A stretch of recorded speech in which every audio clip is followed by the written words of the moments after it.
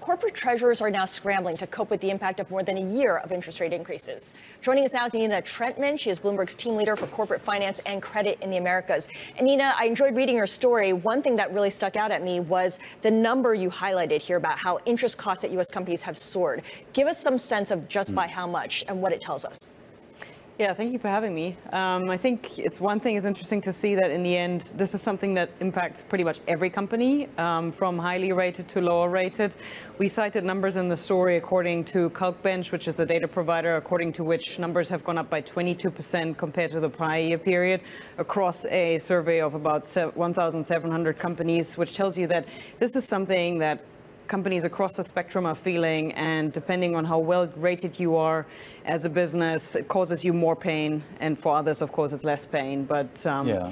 Well, let's talk about the flip side of that, because on the surface, it certainly seems negative. But I would think, too, at least for those companies that have a good balance sheet, a diversified balance sheet, this also helps them to a certain extent as well.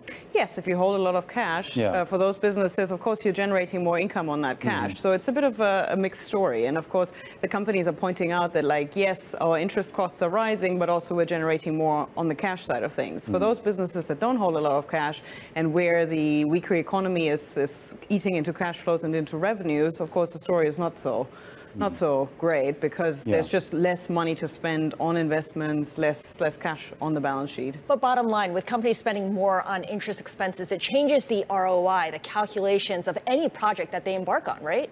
Yeah, the hurdle rates, that's the term that the treasurers are using, is higher. So basically, for any project that you have, you want to make sure that the returns that you expect to generate are higher, just because cash is no longer free and you need to spend more to start with as you're getting started with that project. Yeah, that might explain why a lot of things are being put on hold at the moment. Nina, thank you so much. Nina Trentman is Bloomberg's team leader for corporate finance and credit in the Americas.